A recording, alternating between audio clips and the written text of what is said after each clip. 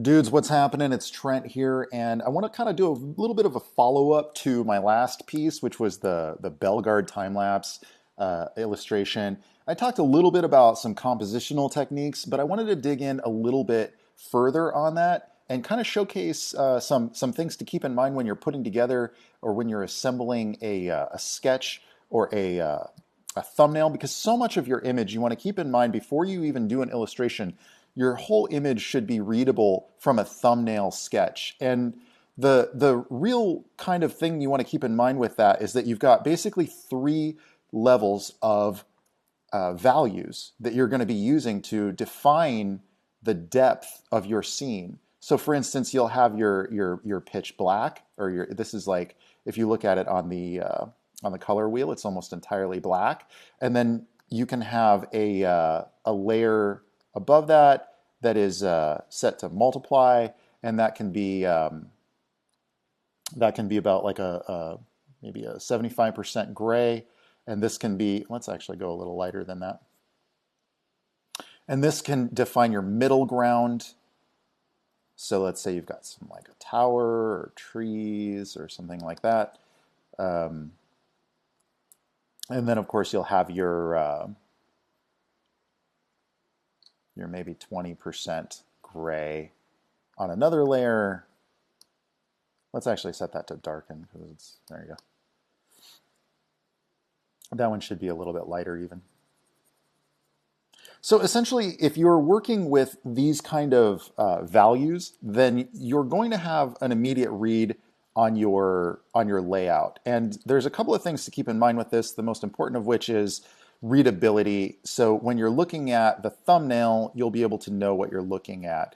And so we're going to do a couple of little thumbnails here, just sort of as an experiment to kind of showcase some different compositional techniques that I tend to use. With something like this, I would do, let's say we were going to do a landscape, and let's say that it's, obviously, like, it's starting to already kind of look a little bit like a castle.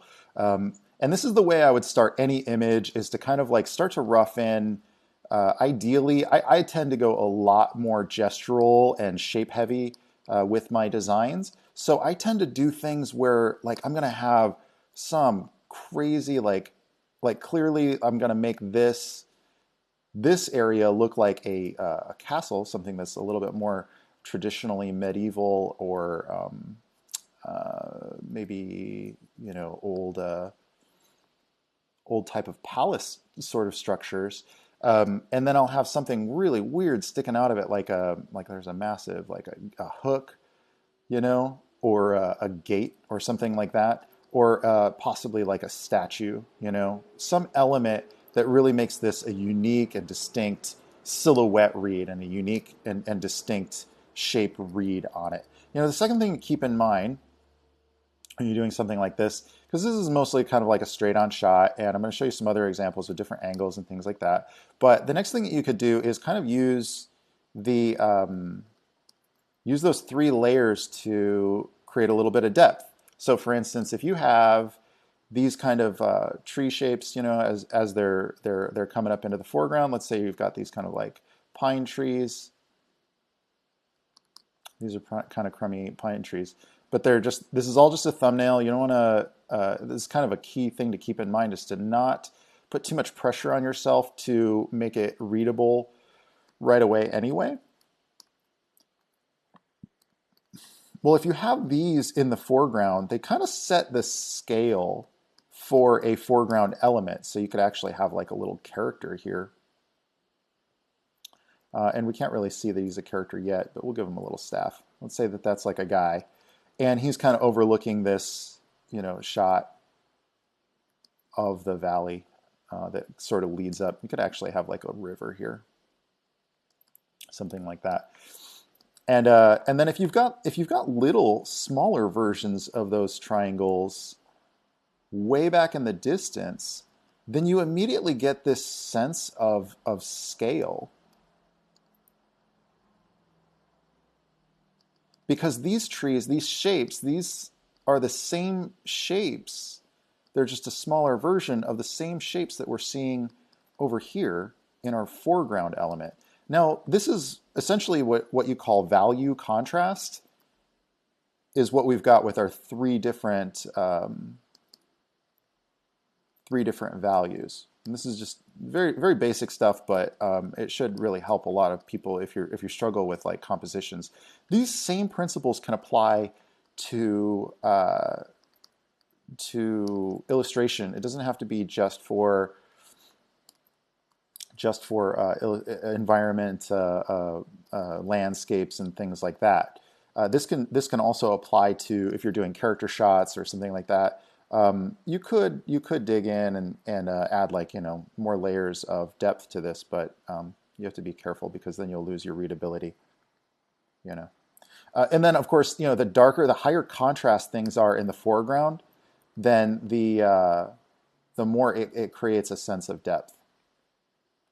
And we wouldn't really add in too many details here. This is like just for thumbnail layout. So if I were given a task to design an illustration of a setting or something like that, I would do something that's sort of like this. I might actually, also add in like, some clouds and like a slightly lighter thing, but keep that value or keep that contrast really low for background elements and keep the contrast really high for foreground elements. Okay, so that would be sort of one way to approach thumbnailing out a scene. Maybe another, let's see, if we were going to do the same shot though, but create a more dynamic angle, something that I do this with photography all the time as well, where I'll create, well, first of all, let's kind of fill this. Let's fill this in here. So something that I do with photography is a lot of times you'll take shots, you'll take these little snaps, and I was like at a wedding the other week, and we were taking all these pictures, and I noticed that if I do I noticed this years ago, but I do this, I subconsciously, I don't even realize I do it. A lot of times I'll just turn the camera like a little bit. It's like just like a 30% horizon turn on this. By turning the camera, I think they call that a French tilt. And I don't know why it's called that necessarily, but I kind of jokingly do this, and then I get into like action photography pose where I'll like kind of like squat down like I'm shooting some kind of like a tennis match or something. But anyway, so you add a little bit of that tilt to it, and it suddenly makes your shot seem, so like if we start to thumb in, we're going to do the same kind of a structure, the same kind of an idea for our castle. We got our statue here.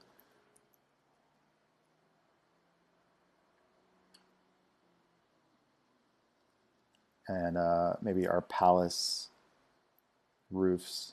I could technically just copy paste this if I were really in a hurry here, but screw it. Let's get into it. Let's get into it. So you'll notice that it immediately kind of gives the scene, the entire scene has a slightly different feeling now. It's like it's slightly more dynamic. Another thing that we're doing here is because let's add in our guy with he's got like a little staff. He's just standing there, like he's got his arm out, maybe a robe or something, just representing where he'll be. And we kind of want to, I'm just going to draw in some lines here to kind of show the flow of things.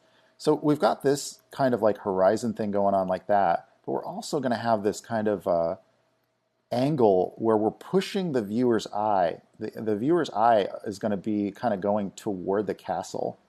And this is where it faces a wall that's sort of an abrupt wall. And that's gonna be what kind of is our focus of our image. So in doing that, we kind of draw the viewer's eye exactly where we want them to look. And by no means is this like super hardcore advanced stuff, by the way, guys. Like this is just something that I'm trying to like dissect what I sort of do automatically, things that I've learned to just sort of do that are sort of my fail safes, like things that I fall back on that always sort of help me when I'm trying to figure out why is my composition not working in this shot, or why is, how do I make a more dynamic angle on something, or sometimes it's just a matter of taking your image and rotating that camera a little bit and checking to see the flow, like of where you're guiding the viewer's eye. Here is a great opportunity, by the way. If we've got, I'm gonna cheat a little bit here. I'm gonna do a tree. I'm gonna make a little tree here. Since we're just doing little thumbnails, these are really sloppy, and I'm gonna dissect some paintings that I've done towards the end of this video here and kind of show you how I've applied these things in paintings that I've done. Really kind of analyze stuff that I've already done. So by grabbing that, it's on its own layer, so you can copy and paste it, and then bing bang it a boom. You just move it around like however you want. And then let's copy another couple of them here. This is actually kind of how a lot of storyboards are done for films. They just kind of do these like 3 value images to kind of get the idea down. And this is a great opportunity. Remember we were talking earlier about setting scale. Let's say we've got our middle ground here. Oh, interesting. We can actually create a sense of depth because we have the same, it only really works because we have the same object in the foreground, the same shape in the foreground. That's the only reason why that works. And then we can actually add it in to the castle if we do tiny little, let's zoom in just a little bit. This is really messy, but hopefully I'm communicating this well. And hopefully this helps you to kind of get through some of those tougher compositional things. I noticed that just nobody really talks about these things in their videos. I've watched a few Gumroads by some really great environment concept artists, and I was just like, wow, like you're not actually showing me the real meat and potatoes of like how to put together better compositions for my pieces. And that's really why I wanted to do this video, because as basic as it is, it's not super glamorous, and I get that. Like, you're not going to see a really amazing painting come out of this, but these are fundamentals that can improve any artist presentation. So like a cool river. Why did I add that little river shot there? Well, because you've got this interesting flow. You remember we were talking about, let's pull this layer up, but let's kind of delete it and start a new note here. So what we've got here in terms of composition is like we have our focal point, which is going to be here, and we know that that's our focal point because we've got this big strong line pointing right at it. What would be really great, by the way, is if we can have more clouds coming in, really pointing our attention, like especially if they're kind of angled and swooping. And I'm giving you all of my secrets here. I do these like kind of angled swoopy lines because those are doing this. They're just bringing the eye, bam, right into that castle. You see all these arrows that are happening? This isn't so much, but there's a little bit of a little bit of a flow here because of the angle of that river, how it turns. And so, but mostly in the clouds and in this strong contrast line here, and then even the horizon itself, which we're subtly seeing, and we're noting it, even though we're not being very super obvious about it. And so you'll notice that this is a far more interesting and dynamic camera angle than what you have here. Part of it is also because I'm breaking the frame, and I shouldn't be doing that. I should actually white that out because it's sort of deceptive. If you can, it's kind of a comic book trick to break the panel. A lot of comic book guys will do that, but you'll see that the piece still has really strong contrast. So what else is happening here in terms of the composition? We can also note that the composition is, and you'll notice I'm just making new layers as I need them. I'm not being optimal with my layer management here. Don't worry about that, especially with your thumbnails. You're going to flatten all this stuff down anyway. So let's make a selection. Let's find out, like, how does that change our piece? So if we copy and then we paste that, and let's say that we make that larger or we just move it over. Well, that really imbalances our image, actually. Let's fill that in as if it were completely full. Now what we have is an imbalance because we're like, we've got 50% of our image is more than 50% of our image is this foreground thing. And that's not even really the focus. Now, you could do this, I guess, but it really doesn't have as much of a comfortable flow as this because it's just hogging. It's hogging the whole scene, you know? It doesn't break up nicely, and it doesn't give us any areas to breathe. Like without it, we've got this softer contrast thing through most of our piece, and this harder contrast stuff that our eye almost just sort of like blurs out. It becomes peripheral. It's not really the focus of the image, you know. And then we've got this middle area down here that just sort of reminds us, hey, there's like depth here. There's depth in space. And actually, you know, what you could do here is actually add a little bit of like I'm going to do a lighten layer. First of all, you fill that in, but what we'll do is we'll back that off, you see. So you see how it's not fully high contrast. It's not like the full black like what we see in our foreground. So clearly our brain is filling in the information here and going, oh, okay, so it's not full contrast. It's like 50% contrast of this. So it's got to be about 50% in the distance. And you might actually find that the castle would look better if you did let's airbrush that a little bit lighter. Oh, it's set to, no, it's not set to darken. Yeah, like you can actually back that off a little bit more and you've immediately got yourself a really nice contrast and a cool atmosphere too. You can really play around a lot with adding atmosphere by hitting your backgrounds with a lot of splashes of airbrush. So I wasn't sure how many of these thumbnails I was going to do, but this actually kind of communicates most of what I wanted to talk about for composition. There's a few other, let's just kind of go through maybe, had an idea for like a couple of other compositions. You generally don't want to do something that's right down the middle. This particular castle, let's actually try it. It might work if you're going for something that feels very orderly.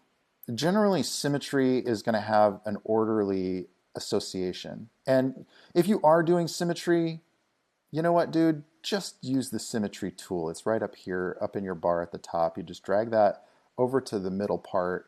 And then since you've already sort of drawn in a little bit, you can actually just trace what you've got on one side.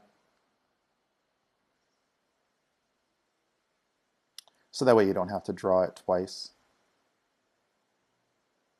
And you can actually, this is great if you're doing more like, I guess you'd say, like model sheets or something like that. If you're doing like model sheets where you need to break it down for a modeler or something like that, you know, it's really great for that. Or if you're really just trying to get an idea down quickly. But generally speaking, with something like this, it's not going to be, and you'll notice we're going to take a look at the differences here. It's not even perfectly centered. The sky is going to bug me if I don't fill that in with a similar kind of a treatment. So we're going to create a darken layer, and then because it's set to darken on the layer above it. And I did a tutorial on managing your layers and layer effects and things. Because it's set to darken, it's not going to make it darker because this gray is lighter than this gray. So going back to our three values, we've got our black, our 50%, and then our like 20%. You want to go back to add in our black, our really strong foreground. There's really no room for a character here unless if we're going for, I guess in some of the old like Zelda shots they would have. This is usually the kind of shot you want to do for a, like where a hero is facing off against a, like the hero versus the city, you know, kind of a thing. And I guess you could do your trees. Let's grab our tree that we made down here and pop a couple of those into our layout here. This creates a really, it communicates a kind of a story that I'm not sure that we intended. And so you have to be careful if you're going to do a symmetrical shot like this, because it makes the city seem a little bit less ominous. And whereas this shot feels like you're on an adventure and there's like this massive city that you're going to go and explore, this shot kind of implies a feeling of confrontation or emergence.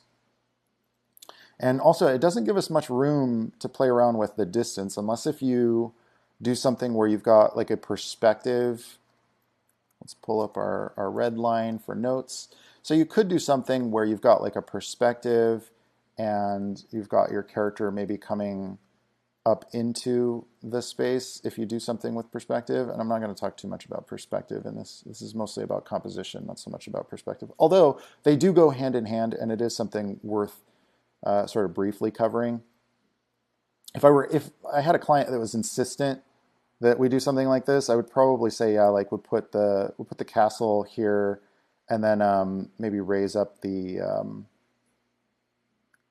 guy to the middle area, or the middle of the shot. But then that sort of destroys the power and impact. It destroys a lot of the impact of our, would be essentially moving the horizon up.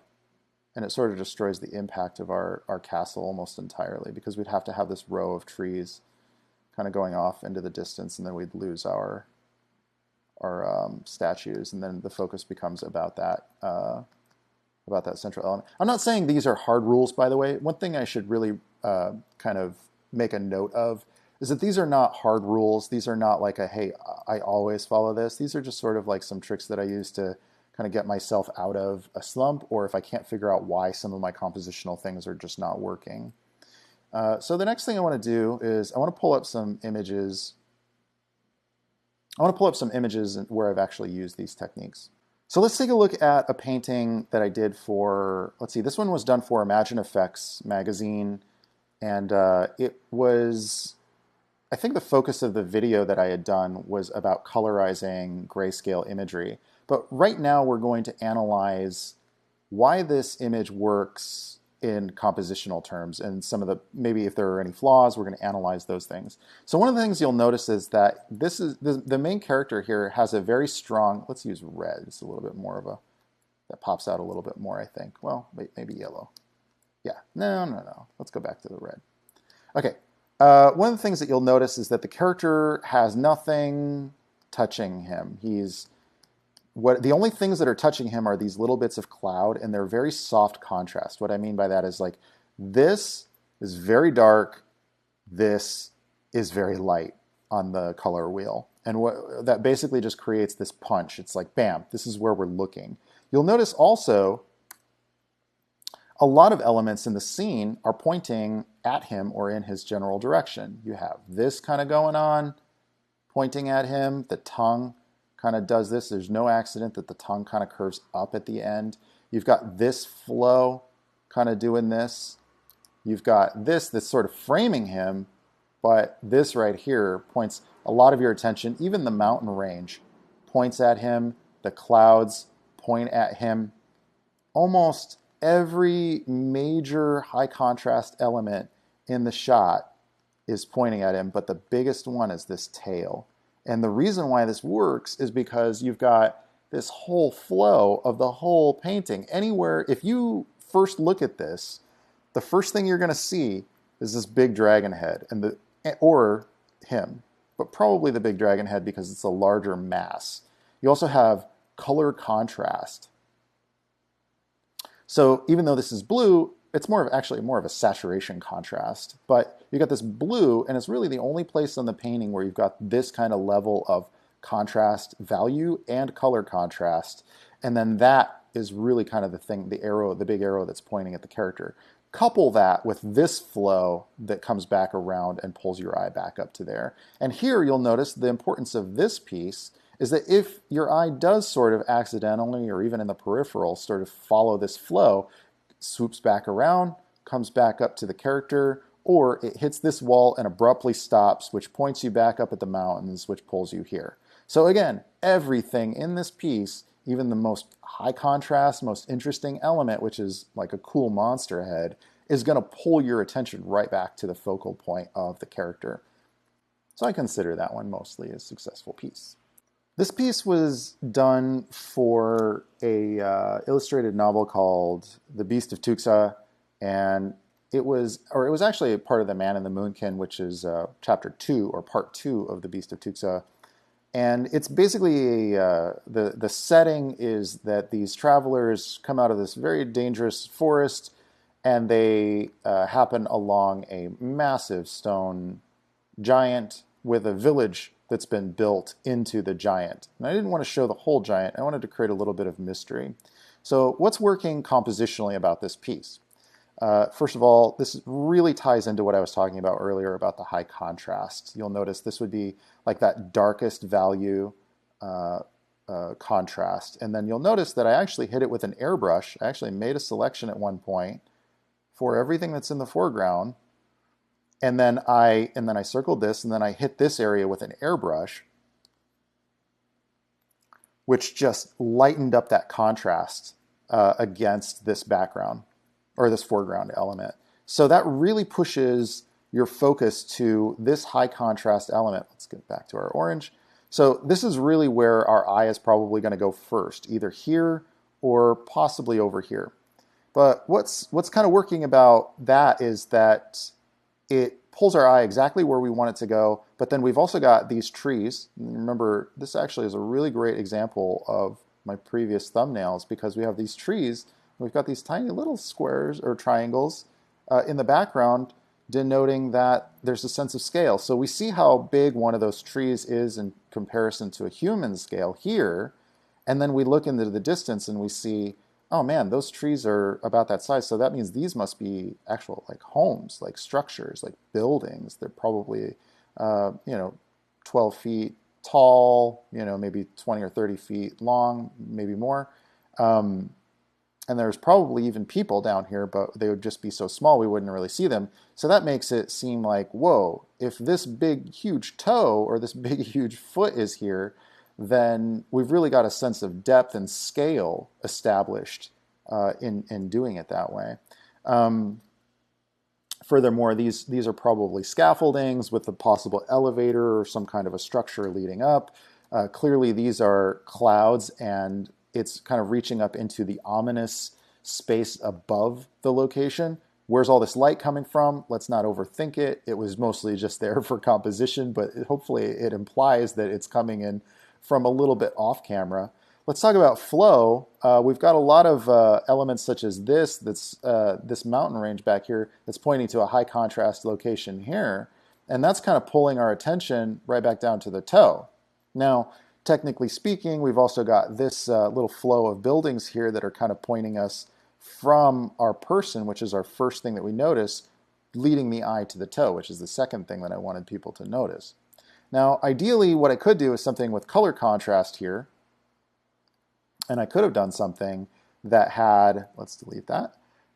I could have done something like adding little warm lights down here and making this darker. And that's one way that you can do it, is actually have these little high contrast or high saturation contrast lights in an area where you want the viewer to notice.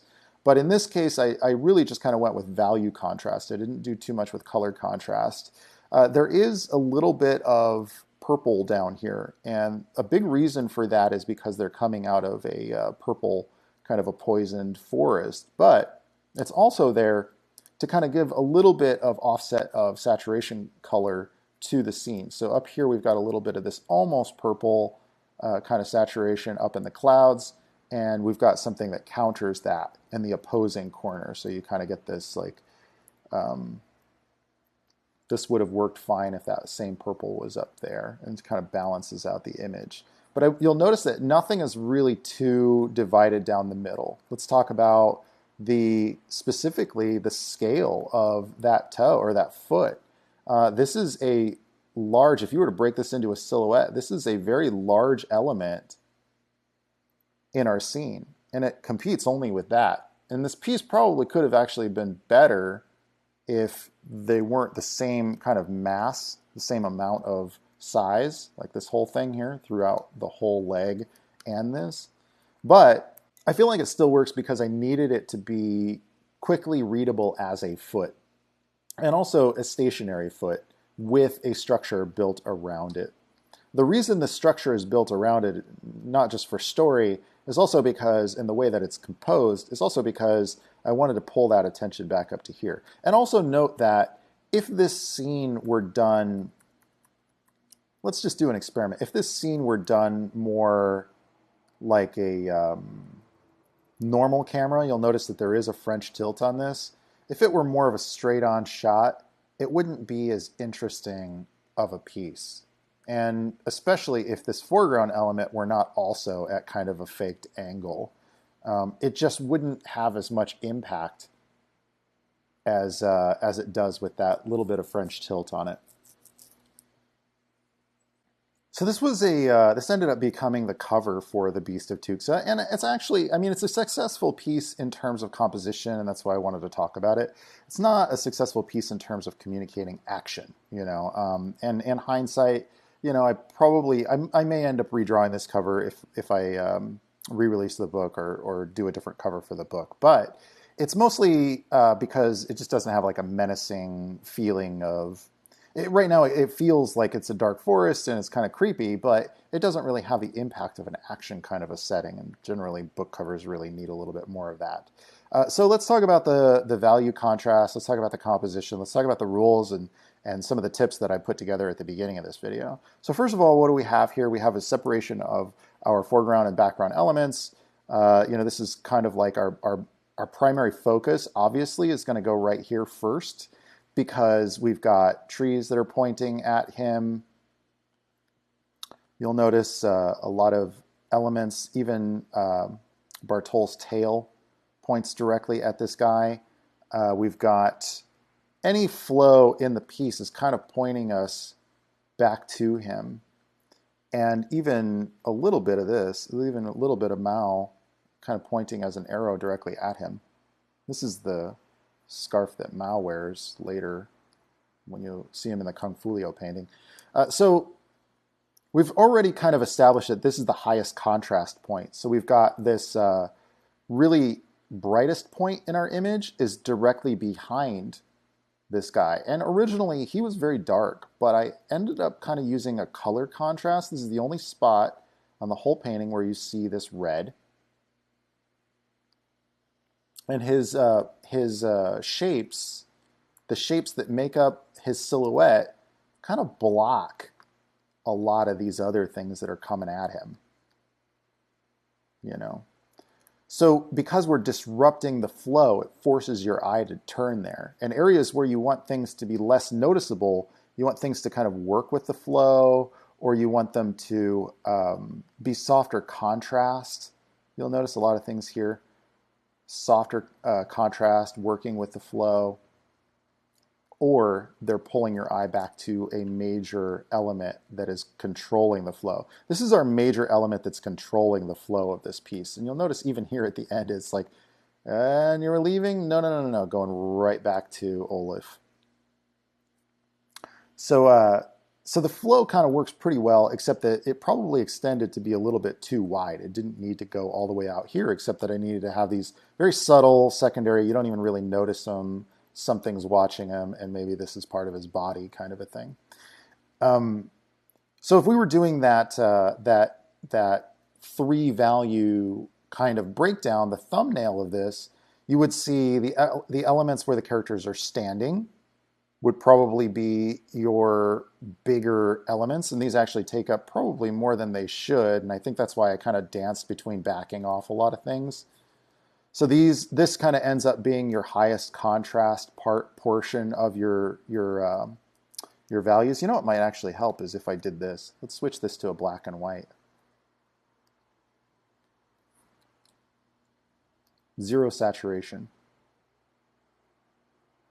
Yeah. It still kind of holds up. This would work just as well if this were filled in, this were filled in, this were filled in, this were filled in.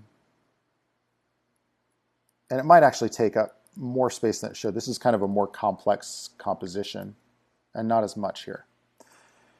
But you'll notice that this is still only going to be about 1/3 of your drawing. And our values still allow us to keep our focus on what's going on here. But we've got all these spindly little details. The other thing that I didn't really mention before is detail contrast. You don't really work out your detail contrast in your thumbnail, but you can, by the time you get to the end portion, you'll notice a lot of my images tend to get very detail heavy.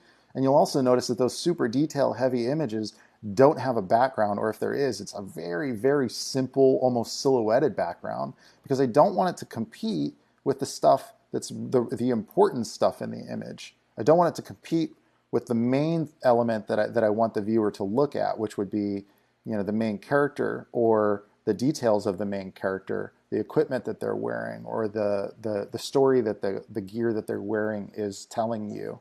The biggest reason why I wanted to pull this image up, though, was actually to show you some things that are sort of flawed. And one thing that you should look out for in your own paintings, which are tangents. The biggest example of a tangent would be this right here. So I'm going to use a bright orange to kind of point out. You'll notice that his Bartol's tail almost touches Olaf's walking staff. And that, my friends, is what you call classic example of a no-no tangent. I think it's mostly because these are of the same values. They're at the same distance in space, in depth.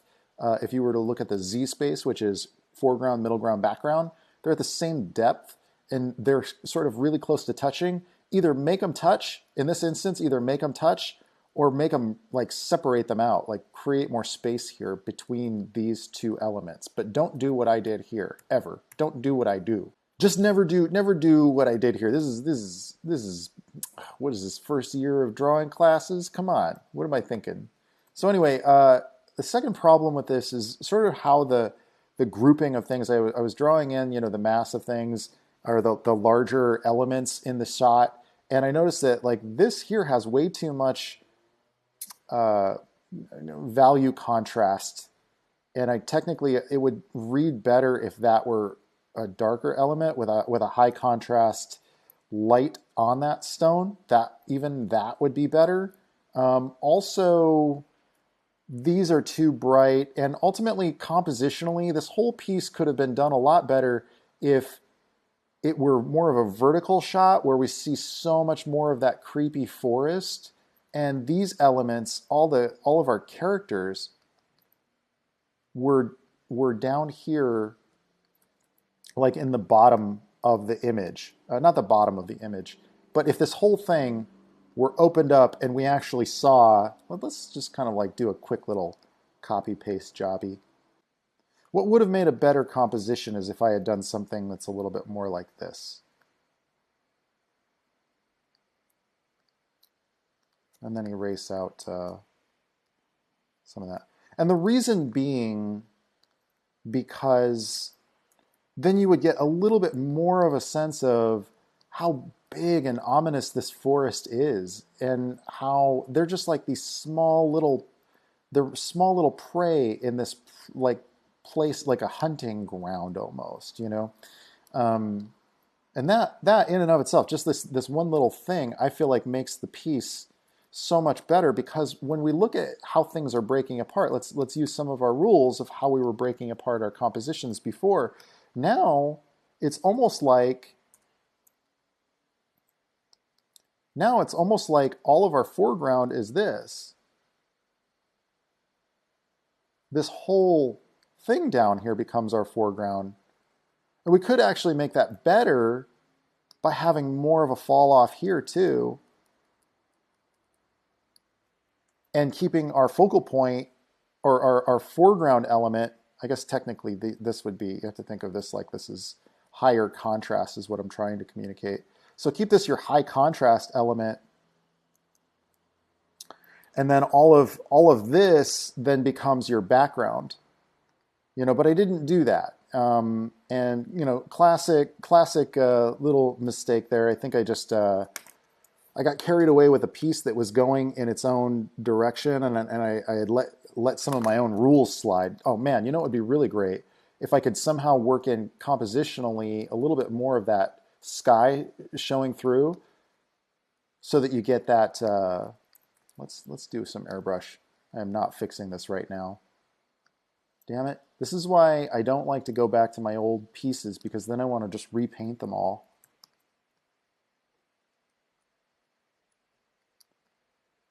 You see how even these subtle little things are already making the piece read so much better. Because why is that better? Well, because one, we're seeing just how big and ominous this forest could be if we have more of these spindly little, tree branches and creepy looking, maybe even some like shapes of skulls in the trees or uh, shapes of claws, coming out of those trees if they look like they're just talons from something vicious and gnarly or fangs. Then that would really kind of drive home the creepiness of this particular location. But also, you've got this high contrast lighter element that's really pointing, like creating a damn arrow saying, hey, look at Olaf. Look at him. Look at him. He's right there. Look at him. And he's the highest contrast, color contrast, value contrast. Actually, yeah, it'd be better if he was a little bit darker too. Highest contrast element, and he's the focal point. But now we lost Mao. Where's he go? Oh yeah, he's just kind of got erased out. Let's put him back in. So right there, that is a far better image. We could have the beast of Tuxa more silhouetted into the shot behind the trees, pushing the trees apart here. But keep that all in low contrast so that it doesn't disrupt too much from what's going on here. And maybe bump up the contrast so that behind, I would probably do a selection if I were doing this. Damn it. Now I want to go back and repaint this one. Ah, well, sometimes you just got to let it go. Maybe the next piece will be a little bit better. Lesson learned from this one. So, dudes, that really wraps up the thumbnail and composition secrets that I wanted to share with you. There's a lot of really meaty stuff in this one, and it ended up being a lot longer video than I initially thought. And I could probably go on about this much more in detail, going through a lot more of my paintings and analyzing the compositional flow, the setup of the shot. Just try to keep in mind that you want readability from that thumbnail. If your thumbnail is broken, your painting won't work. So don't put the time into a broken thumbnail. Make sure that you've got a good angle and a good separation of your foreground, middle ground, and background. And if you can follow those few rules, your piece is going to be worthwhile to pursue and put the time in to beginning to add all those details and doing all the fun stuff. All right, dudes, that about does it for me on this one. But remember, if you're going to reveal some secrets to some good composition in your thumbnails, you can reveal some secrets to some good composition in your thumbnails with some freaking passion. All right, dudes, that does it for me. I'll catch you in the next one. Ciao.